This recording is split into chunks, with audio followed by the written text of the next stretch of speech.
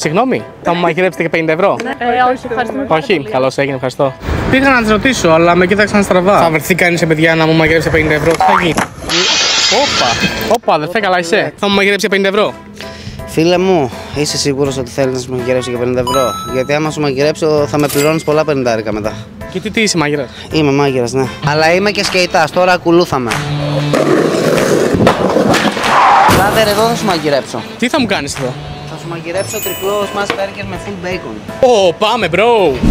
Έτοιμος? Δεν έχω κάνει ποτέ smash, bro! Για πάμε. Ωραία, φίλε. Θα κάνω εγώ το τρίτο, εντάξει. Εντάξει. Εδώ. Πατάς και το στροβιλίζεις. Πόσα καταστήματα έχει? Έχει 3 και το τρίτο άνοιξε σήμερα στη Λαμπράκη. Ποιο μπέργκερ σου φεύγει πολύ?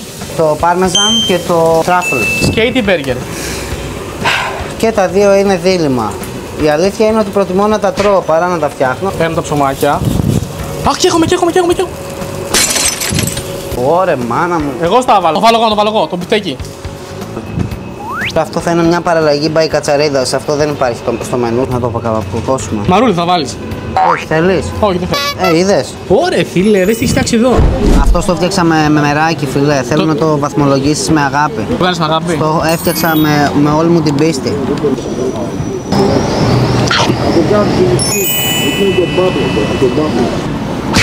Το 9,2 στα 10. Μαλάκα.